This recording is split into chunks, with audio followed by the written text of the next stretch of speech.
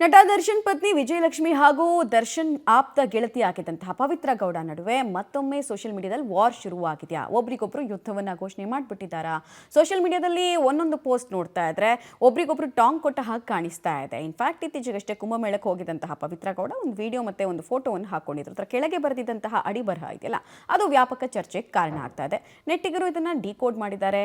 ಏನೇನು ಕಮೆಂಟ್ಗಳು ಈ ವಿಚಾರವಾಗಿ ಬಂದಿದೆ, ಏನೆಲ್ಲ ಅನಾಲಿಸಿಸ್ ಸದ್ಯಕ್ಕೆ ಆಗ್ತಾ ಇದೆ, ಬನ್ನಿ ಡೀಟೇಲ್ಸ್ ನೋಡೋಣ. ದರ್ಶನ್ ಪತ್ನಿ Pavithra Gowda social media war, ಕಾಯುವಿಕೆಯಲ್ಲೂ ಫಲವಿದೆ. ವಿಜಯಲಕ್ಷ್ಮಿ ಮೇಘ ಸಂದೇಶ, ಈ ಒಂದು ವಿಷಯದಲ್ಲಿ ನಾನೇ ಧನ್ಯಳು. ಪವಿತ್ರ ನುಡಿ ಸಂದೇಶ.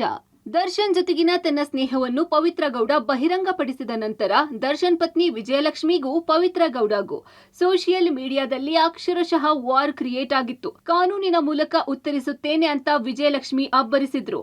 ನಂತರ ಕೆಲವು ದಿನಗಳಲ್ಲಿ ತಣ್ಣಗಾಯ್ತು. ಆಮೇಲೆ ನಡೆದದ್ದು ರೇಣುಕಾಸ್ವಾಮಿ ಹತ್ಯೆ. ಜಾಮೀನು ಸಿಗೋ ತನಕ ಎಲ್ಲರೂ ಸುಮ್ಮನಿದ್ದವರು ಈಗ ಏಕಾಏಕಿ ಮತ್ತೆ ಸೋಷಿಯಲ್ ಮೀಡಿಯಾದಲ್ಲಿ ಟಾಂಗ್ ಕೊಡುವ ರೀತಿಯಲ್ಲಿ ಬರೆದುಕೊಳ್ಳುತ್ತಿದ್ದಾರೆ. ಸಂಕ್ರಾಂತಿ ಹಬ್ಬ ಸೇರಿದಂತೆ ದರ್ಶನ್ ಜೊತೆಗಿನ ಸಂಭ್ರಮದ ಕ್ಷಣಗಳನ್ನೆಲ್ಲ ವಿಜಯಲಕ್ಷ್ಮಿ ಪೋಸ್ಟ್ ಮಾಡ್ತಾ ಬಂದ್ರು.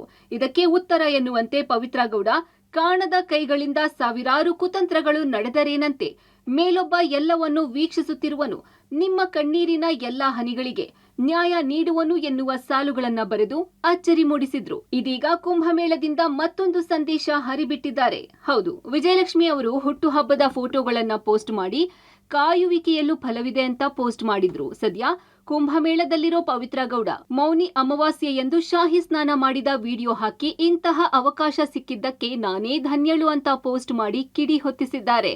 ಈ ಎಲ್ಲಾ ಪೋಸ್ಟ್ಗಳ ಮೂಲಕ ಒಬ್ಬರಿಗೊಬ್ಬರು ಟಾಂಗ್ ಕೊಡ್ತಿದ್ದಾರೆ ಅಂತಿದ್ದಾರೆ ನೆಟ್ಟಿಗರು. Entertainment bureau, public TV.